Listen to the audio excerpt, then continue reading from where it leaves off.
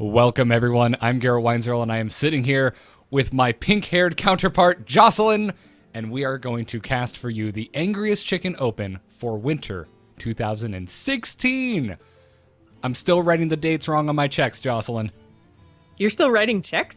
Some lawn people, they don't have a square or whatever, but that no one's here to hear about my lawn service. They're here to see two Angry Chicken fans, the best Angry Chicken fans for this tournament, duke it out. We have Soybean and DiceClay for you today, guys. We will be playing Conquest as the format, so it'll be a best of 5. They've each brought 3 classes. We don't know what their decks are, so Jocelyn, you and I are going to be surprised in real time. Well, we don't know what their decks are, but we do know what classes they are. So, we've got DiceClay is playing a Paladin, Shaman, Warlock combination, and Soybean is playing Priest, Warlock, and Druid. So we only have one Paladin, which is kind of crazy. Paladin, Druid, and Warlock were the most popular decks, but Rogue, Shaman, and Hunter were the least popular decks. So I'm kind of surprised that we actually had a Shaman go all the way to the end. There were literally only, I think, 8 Shaman decks that made it past round 1. So this is quite an achievement, I think. Yeah, and I do believe, if DiceClay is to be believed, he's running an aggro shaman. Even though I haven't seen his games, he made passing mention that he was playing shaman. And if you guys are hearing little chat noises in the back, that's because we're also having to produce this tournament while we're doing it. So, sorry. That's just how it's going to have to be. So, Jocelyn, go ahead and give them the go-ahead to start their first game, and we can get right into this. All right. And I'm just going to open up this little friend thing. And no, I don't want to spectate Yongwu. Totally almost started spectating Yongwu. That would have been bad. All right, I have given them both the go-ahead. We should be ready to get started here in just a second. So yeah, Garrett mentioned off the top of the show that we had a 128-person tournament. We ended up having 121 actual participants day of, which is the highest participation rate for a taco event so far, so that was pretty great. We started with 194 registered players, which was crazy to try to juggle. So I was really happy with how it turned out with the 121 people playing. We didn't have too many first round buys.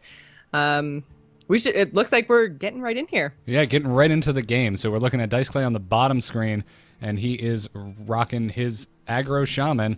I'm also going to go ahead and spectate Soybean so that we can see his hand. And it does look like I need to make a quick adjustment in the overlay. Again, yeah. Yep, go me. Oh, nope, that's not what I wanted. Sorry, guys. There we go. Perfect. Nice and fixed. I love trying to produce a tournament while also cast it. So you're doing a great job. I think we're going to probably see the Totem Golem play here out of DiceClay, who is our shaman in the bottom. We've got Soybean at the top playing Priest. Looks like Dragon Priest, judging by the Wormrest and the Blackwing Corruptor up there. So it's kind of unfortunate, I think, for DiceClay that he didn't have his Trog opener, but Totem Golem turn 2 is ridiculously powerful. Absolutely. I don't see any reason why you wouldn't have played that there. I mean, I do as much as anyone else. I love getting rid of a Northshire Cleric and denying card draw, but getting a 3/4 out on turn 2, even if you overload for 1, that's just you can't argue with that. Mm-hmm. Well, and I mean, Earthshocks tend to be more so for big taunts when you're running your aggro shaman. You want to be able to use your minions, first thing. So we might actually see an Earthshock here on the taunt. I'm kind of surprised that he didn't go straight to the Death Lord, knowing that it is an aggro shaman, but we'll see how that works out for him. I think we'll probably see Death Lord out of Soybean next turn. He may also be thinking he wants to coin out the Blackwing Corruptor on turn 4. Since he does have a dragon in hand now, he will be able to proc that 3 damage. But you were absolutely right about saving the Earthshock for taunts, and since he now is very aware that he's going against a Dragon Priest, he knows he's going to have quite a few taunts to have to contend with. Yeah, some of these decks, it's really funny because you kind of know what they are on turn 1 or turn 2. So, turn 1 with this Priest, it's like Northshire Cleric, okay, maybe Control, you never know. Northshire Cleric is just so standard in so many Priest decks. But then as soon as you see that Wormrest Agent drop, you're just like, oh, all right, Dragon Priest, got it. Exactly. Yeah, so there we see the silence coming down on the taunt minion there. Oh, and going for the Northshire. That's interesting. It's always tough to know when you need to play the control game as an aggro based deck, but I think I would have made the same call there. I don't want a deck or an archetype with as much utility as Dragon Priest to be able to draw into even more answers against me. I think he's probably really regretting his silence choice right now. I'm not 100% sure because we don't actually have the deck lists in hand right now, but I don't believe in just generally in the aggro shaman deck. I think there's only one Earthshock, so it's going to be really tough for DiceClay to actually make it through this big Deathlord taunt here. He's going to spend a lot of resources doing that. Yeah, this is one of the few times as an aggro shaman that you may be happy that you got the healing totem. Because you're going to have to keep running these minions into that guy for a little while. Very, very true. So obviously we also saw him play the Knife Juggler instead of doing kind of anything else Knife Juggler totem here, because he obviously doesn't want to overload into his Doomhammer next turn. I think the clear on the Juggler is a really, really good idea here. You never want to leave up the Juggler. Not if you can help it. And he's going to have a nice clear board. No one's afraid of a healing totem. Going to see that Doomhammer come out. Yep. Get rid of that Doom Guard. Let's see what comes out. Did I call him a Doom Guard? You did, but it's okay. Deathlord. We knew what you meant. There we go. Tunnel Trog. He would have loved to have that in his opening hand, but it's out now. Not the most value you could have gotten out of a Deathlord. Yeah, it's kind of unfortunate, I think, for DiceClay there, because he doesn't have anything that he can actually play. I mean, obviously, he played his Doomhammer, which overloads him, so it almost would have been better if he could have somehow killed that Deathlord prior to playing his Doomhammer. But we'll see how this works out. I really think that DiceClay is in a bit of a tough spot here. The Priest is just so strong. Absolutely. The Priest had the thing it always comes down to with Dragon Priest is if you get to curve out nicely. And Soybean has absolutely curved out quite nicely, even utilizing the coin to his advantage, getting that Blackwing Corruptor out on the board while removing a Totem Golem. And I love the second Deathlord play here. I mean, he is putting up one hell of a wall. It's going to be really difficult here because we can see Soybean can't see, but DiceClay hasn't actually drawn into any of his burn spells. So if he can't get rid of that Deathlord, and even if he does, it's going to be so difficult. Yeah, he's using so much, like 2 swings of his Doomhammer, his Rockbiter, like just so much to get rid of that Deathlord. And that's exactly what he's going to have to do, and that is not the position you want to be in as an aggro shaman. That is usually 10 damage saved for the face of your opponent. What? Now Totem Golem? Actually, not quite bad. A bit of value, not getting the overload because it was pulled out by the Deathlord. Oh, there's one burn spell, so we've got a Crackle in hand now, which we all know how much Garrett loves Crackle. It's my favorite card, Jocelyn. It's my favorite card in the game right there.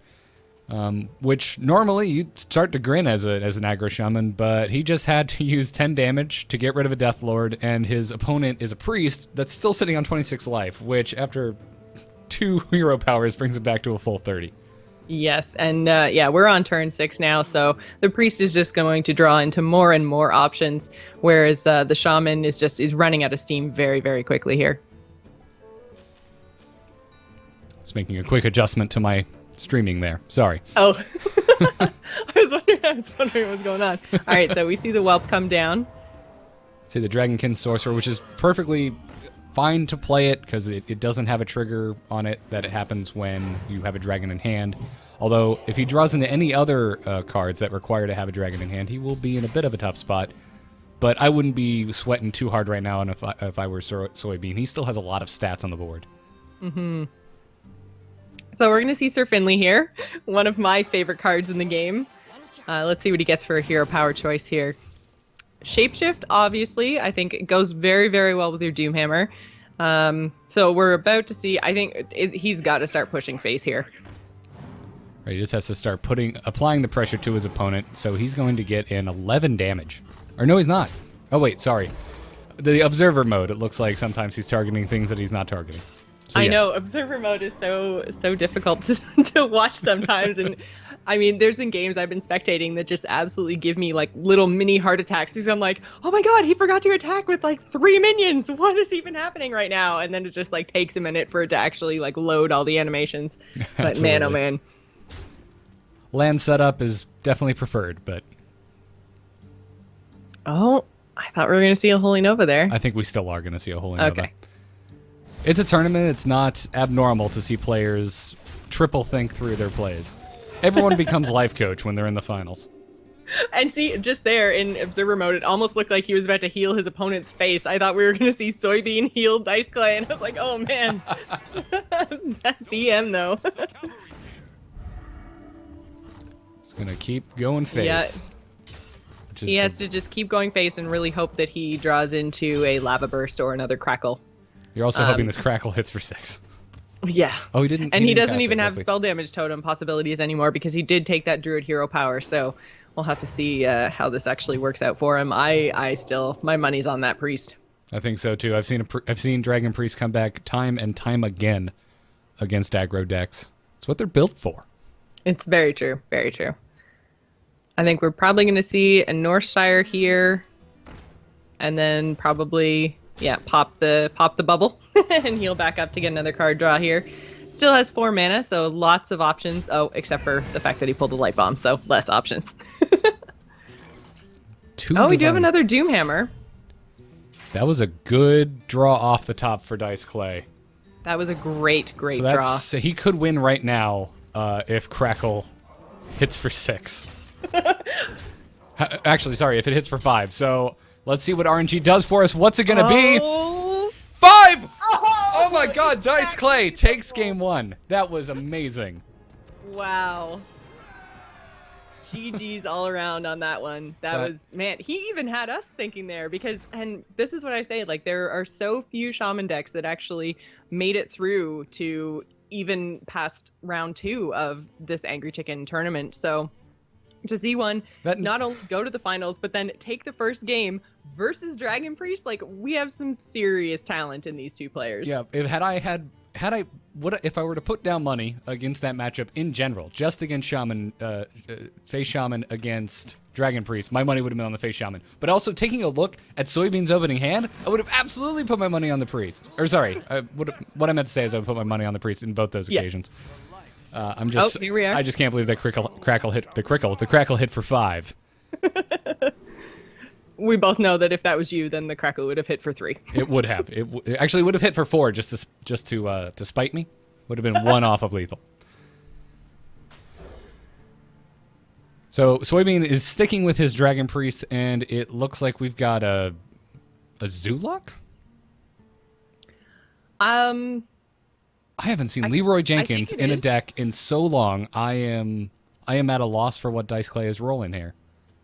Well, there are some variations of Zoo right now that have taken out Doom Guards and are putting Leroy back in, just because it's the same sort of damage, 5 attack versus 6 attack, and really it's a finisher card, and sometimes you may have like a power overwhelming or some sort of spell in your hand or something, but you don't have anything on the board, and in that case, you want to be able to take a minion and still have the ability to cast that spell. So Leroy is a better choice because he doesn't make you discard anything out of your hand. So players are kind of tending towards 1 Leroy, 1 Doom Guard instead of 2 Doom Guards, to have a little bit more flexibility in that deck.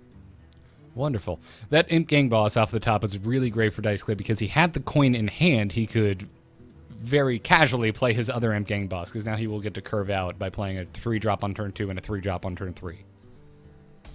Yeah, and then he's also got options on turn 4, which is also really great for him. I think you just gang boss here and go face. I believe you do. There's nothing wrong with 2 gang bosses on the board. So many potential imps. And here we're kind of seeing an example of how Dragon Priest cannot work particularly great in your favor. Soybean had a bit of a crowded opening hand with a lot of high drops and I can't even Inner Fire, which you can't do anything with unless there's minions on board. There are a lot of minion spells in Soybean's Dragon Priest. Yes, it's a really buff heavy deck. It's an interesting style. I know a lot of people were taken off guard with just Soybean and his play in general. And one really interesting thing about him, actually, he played in our last Angry Chicken tournament, Taco Fall, and he actually lost in round 1. So he's gone from losing in round 1 a few months ago to sitting here with us in the finals. So I think part of that has to do with the fact that he makes some unconventional deck decisions, and people don't necessarily see it coming. So I'm really interested. I hope we get to see more than just his Dragon Priest in this tournament. Likewise, I'm hoping so, but it's looking really good for DiceClay right now. I wouldn't be surprised to see him go up 2-0 against Soybean by the end of this game, but I've been wrong before. Case in point, last game. So what do you do here if you're Soybean? I mean, he does have a dragon in hand, so he can get the 3 damage off of the Blackwing Corruptor. So, but it feels bad, right? Both of the Imp Gang bosses only have 1 health, and you can't kill the Dark Iron Dwarf. Mm-hmm. But I think that is still the play. I mean, you could Dragonkin Sorcerer and throw an Inner Fire on it, but I think you have to develop your board with Blackwing Corruptor here, even though it trades poorly against the Dark Iron Dwarf. Yep. Yeah, DiceClay is just in such a strong position here. I mean, he can either Implosion, 5 mana though. I think probably a Peddler and a Creeper is a really good play here, because then you still have the 1 mana available. Oh, he's going to Implosion. Oh, he's going to Implosion. So it's a guaranteed kill. Ends up getting the 4. If he was going to, well, yeah, he had to clear up his board. So actually, that was totally fine play. I didn't even consider that. I think I don't know if I would have. I don't know if I would have actually Implosion there. I think I might have put the Creeper down. Only because I'm thinking, we already know that he's got Holy Nova in his deck. Soybean has Holy Nova in his deck for sure. We didn't actually see the Light Bombs get played last game, but it's a pretty good kind of an assumption to make when you're facing a Priest, that they're probably going to have a Light Bomb as well. And you're kind of not playing around either one of those by using Implosion. Something like a Creeper is just a little bit more sticky. But, I mean, it worked out for him in the end. Right. No, he's pretty dominant right now. This is exactly what he needs. He needs Holy Nova or even Light Bomb in this scenario. Either way, the Defender of Argus and the Dark Iron... Well, actually, only the Argus would live if he used Light Bomb, but the Dark Iron Dwarf and the Argus would survive if he used Holy Nova, but he is not getting lucky on his draws.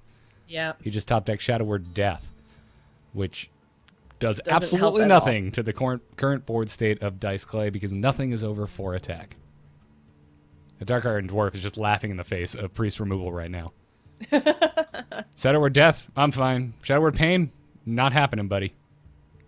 Do you remember back in like beta and really early vanilla Hearthstone where it was just like decks built of entirely like 4 attack minions because everyone was so afraid of Priest. Priest was everywhere. They were just shadow wording everything, and it was just beta, like, I thought they were so broken. I was like, they have this much removal. This is the best class in the game. Yeah. But for 3 mana they can kill anything over 5. That's not fair. Yes. So I don't even know what you do here. Yeah. Soybean just calls it. He just had too many buff spells in his hand. It was a very crowded hand that he could not develop, sadly. So now we have DiceClay going up 2-0 over Soybean. I have to say, I didn't have a favorite. I watched all the games in the bracket develop yesterday, where we played. The majority of our games were played yesterday, and I didn't know who to root for. Everyone in chat was saying, "Oh my God, Soybean's so good, DiceClay's so amazing," and like, "Oh, I don't want to face them. I don't want to face them." Like through the whole entire day. So there really wasn't a favorite coming in here. We actually had DiceClay's record was 18-5, and Soybean actually had a bye in the first round, so his record was actually 15-4. So I mean, one had 5 losses, one had 4 losses. They were just so dominant through the entire bracket. I'm really surprised that we're seeing somebody like either one of them go up 2-0 here. So we've got the Paladin, which is the last one out of DiceClay. Yeah, it looks like it's Secret Paladin, and we have Soybean on Warlock. And at a glance, I'm assuming Reno. I'm pretty sure this is a Reno deck. You've got the Earthen Ring Farseer. You've got your Sun Fury Protector. Lord Draxus, and there's Reno. Almost I was as if like, the those game aren't ones knew. that are really run in anything else other than handlock, and you don't really see. Well, obviously handlock doesn't run your Farseers, but you don't usually see Jiraxis too often in handlock. It's one of those tech cards. So, but yeah, the Reno coming out actually kind of gave that away. Yeah, not the best hand in the world for Soybean, but also not terrible. When you have Reno in hand as a Reno-based deck, you can get all sorts of crazy, especially as a Warlock, with your hero power to try and fix the state of your hand. Mm-hmm. Now, this redemption here, not great, although Soybean is going to get a card draw out of that, so it is still worked out for him all right, but Yeah, there's still that Secret Keeper there.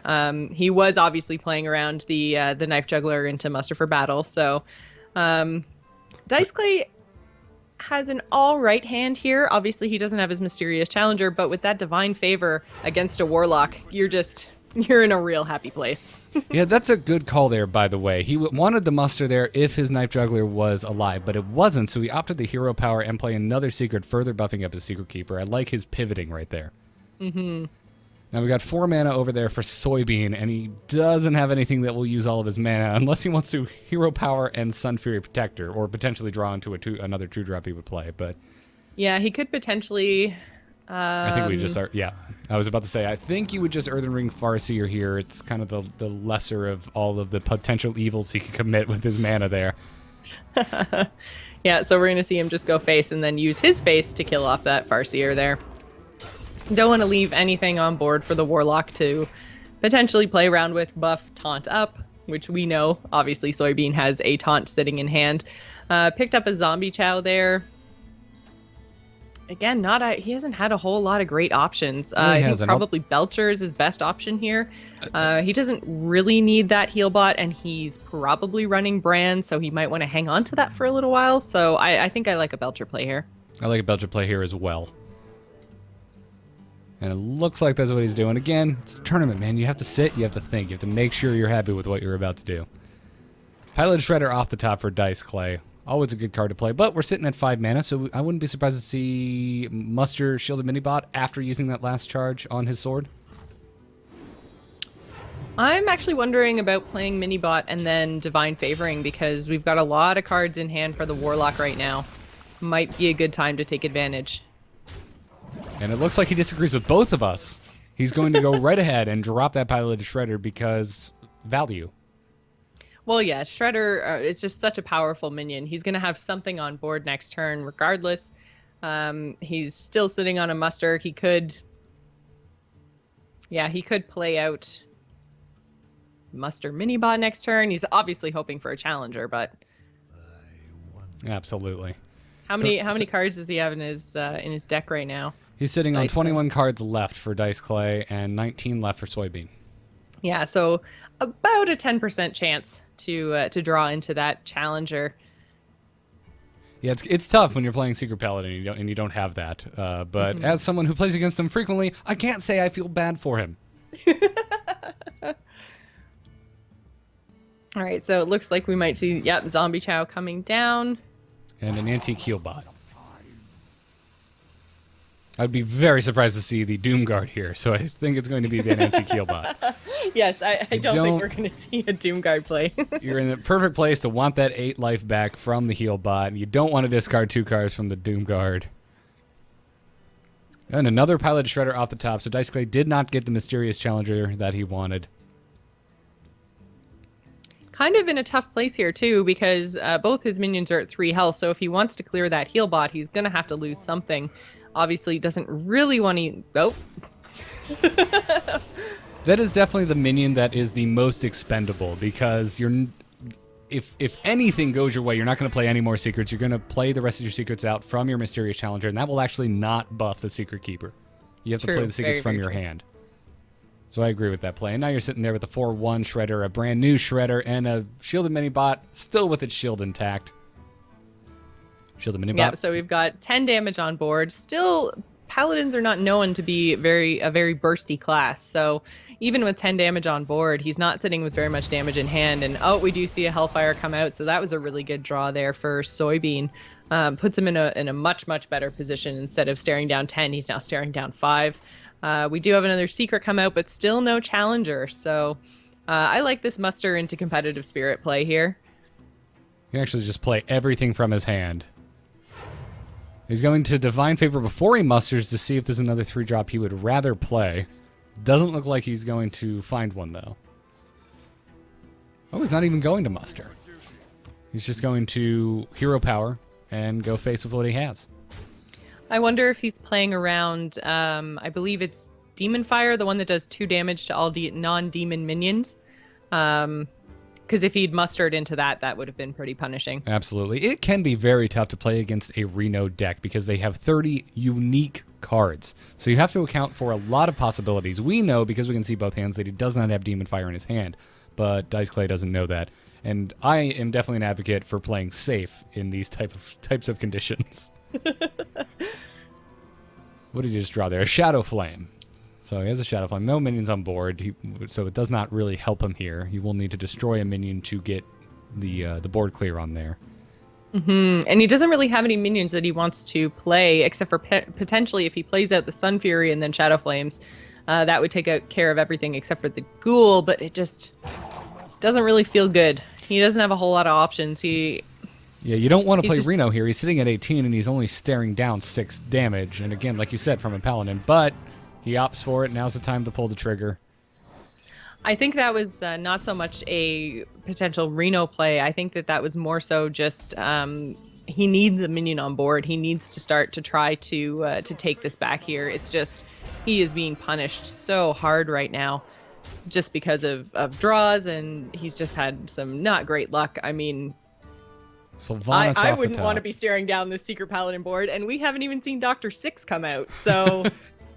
Actually, yeah. Sylvanas, he doesn't have enough mana. Sorry. I was going to say Sylvanas Shadow Flame would be amazing here, but he needs 1 more mana to accomplish that.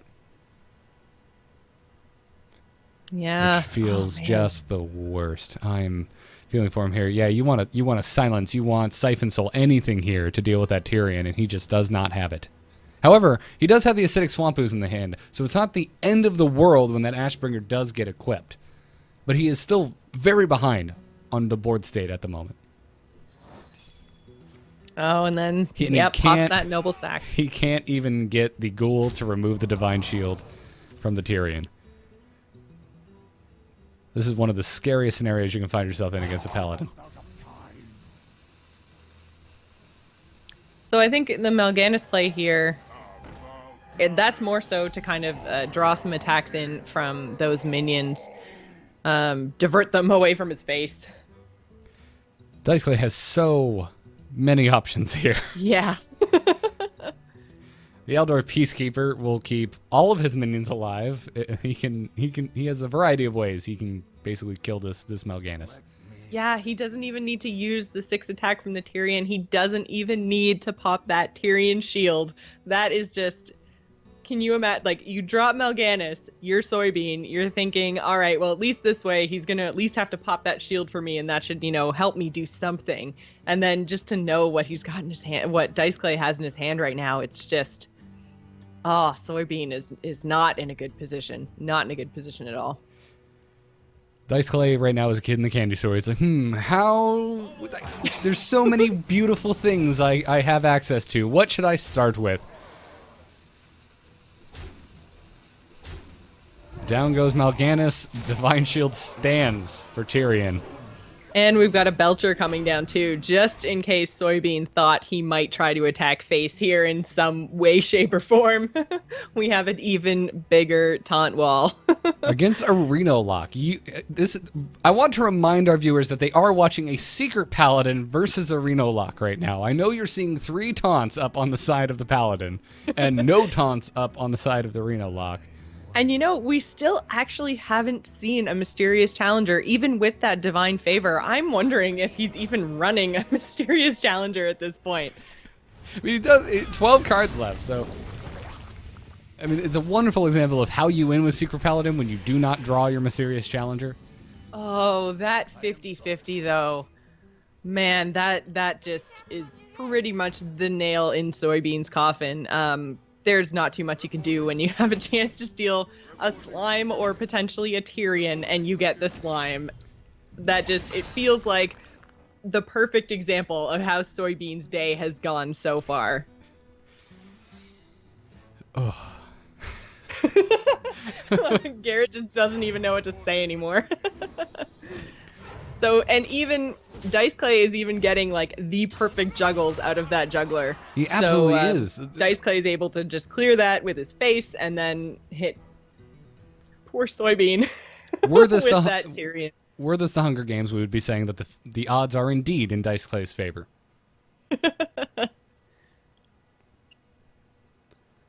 I'm not even sure. I mean, he can make some taunts, but the only low cost with minions, the taunt. Right, you could.